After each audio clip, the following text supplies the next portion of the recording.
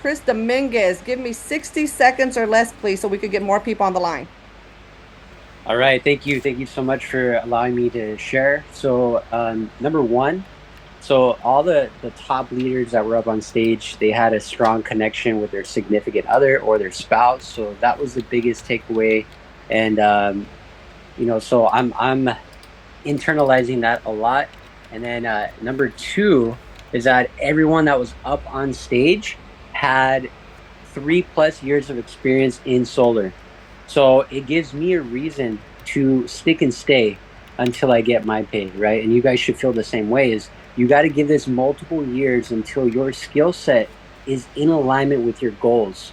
So you might not be there yet. You might have ways to go to build up your skill set to be like the people that were up on stage and the people that are presenting here today. So just give it some time, okay? And stay focused. Keep your head down. Thank you.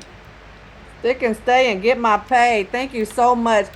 He's a man of his word. He sat there, I want to say on Friday in the room. He stayed in the room while everybody went to lunch.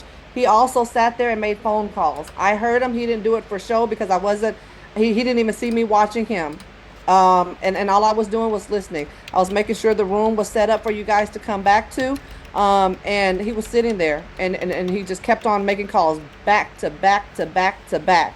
You might have been out there making phone calls too, but I didn't get a chance to see you or witness you. But kudos to you. But I could definitely say Chris Dominguez was in that room making phone calls. Congratulations for your future success, Mr. Dominguez.